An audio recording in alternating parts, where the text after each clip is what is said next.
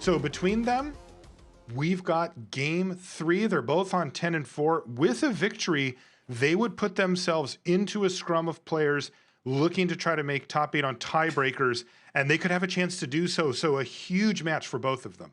Yeah, and this is about as straightforward a matchup as they come. Mono red against Sultai here. And you can see here Sam with just, can't wait to get that Fervent Champion onto the battlefield. And unfortunately, not able to follow it up with a turn 2 play. And it looks like we're playing a bit sped up here. And or else they're just playing extremely fast. I think they're here. just playing fast. Matt Nass just hovering that Jwari disruption. No, it is a little sped up, I think. But Nass with the Jwari disruption for literally anything that goes on the stack, he was committed to it. And Annex, for sure, one of the cards that he wants to get rid of. How does the hand look here for Nass? Looks pretty strong from here. Yeah, I mean, he's going to take 3 here, and now he has Karavik, which is a pretty interesting card here, but might actually choose to go for the Heartless Act on the Torben. I'm not sure. The only issue with that is there is that Faceless Haven in play, and Heartless Act is the only real answer to that card. Oh, sure. That's the kind of card that when the dust settles, you can get beat down if you didn't keep yourself an answer for it. But this is a target now. Ooh, Embercleave off the top. Plus there's a Crowan War. He has 2 of them kind of rotting in his hand. You know, Karavik, come on over here, buddy.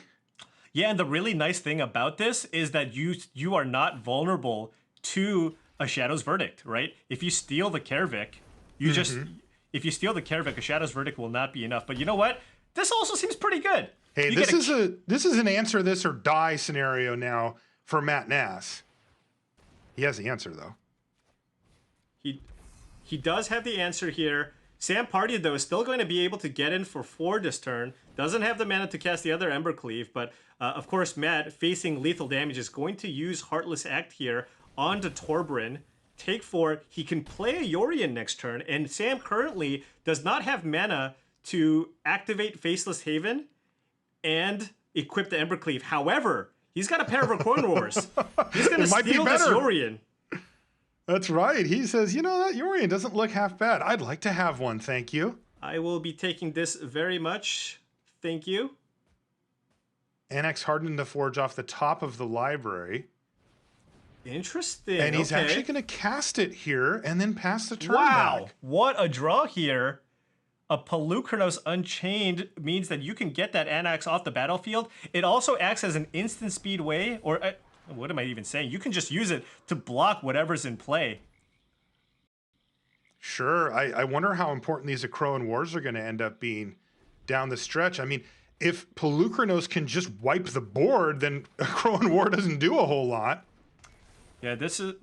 I imagine we're going to see a steal on the Polukranos, maybe the Yorion. The problem with the Polukranos is you steal the Polukranos, and it's a 1/1, and then you just Matt will basically be priced into fighting the Annex, right, and have it become a 1/1. So it looks like he's just taking the Yorion here instead. Keep in mind, Matt Nass will be forced to attack next turn with the Akroan War going into Chapter 2. Sam says, "Hey, let's just pick a fight here." He's going to send Annex Hardened the Forge in the red zone. This is going to be a fight, and after the block, so it'll be 2 1/1 Satyr tokens from, by the way, Matt Nass's what a draw! Wow, that was huge! Off the top. That was absolutely huge, because now he has the answer to one of the Faceless Havens, because before, Sam, if he drew a land, could have gone Faceless Haven, equip Embercleave for the win. Incredible top deck there from Matt Nass. He's not out of the woods yet. No. Absolutely but not. That means he's not dead, and that's when you're playing against mono red, you're happy with that. Yeah, I think you want to probably save the Zagoth Triumph to cycle. Got plenty of lands in play as is. And that's exactly what Sam Pardee was just thinking. And Sam, I mean, he's going to go for the equip here. Now, keep in mind, Matt needs to find another removal spell here. And you mentioned the removal spells that actually hit Faceless Haven. There's not that many. Right.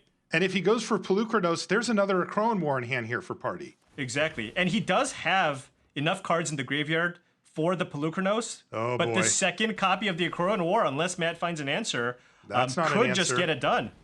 It's going to be Polukranos Unchained going in as a 12/12. And Sam Pardee's licking his chops over there with that Crowan War in hand. Are we going to see an Ember Cleave for 26 damage? Oh, God. It would be overkill. It's Fervent Champion off the top as well. That'll add to the fray. That's a free equip, by the way. So you steal Pelucranos, play Fervent Champion, and that'll put Matt down to 1 here. Whoa. Here comes the Ember Cleave on the Fervent Champion. Gets in for 4. Is there anything Matt Nass can draw to get out of this? Ultimatum? Ultimatum into stuff might do it. Let's see what he can draw. Oh, Cycle? It's a land. He's got a cycle, though. But he's got to deal with so many things. And it's a Cultivate, and he's going to scoop him up, and Sam Pardee picks up the win in 3 games. He's put himself in contention for top 8. He's going to have to see if his tiebreakers hold up. A bittersweet win for him, no doubt about it, defeating his good friend there, but he'll take it. Mono Red gets the job done.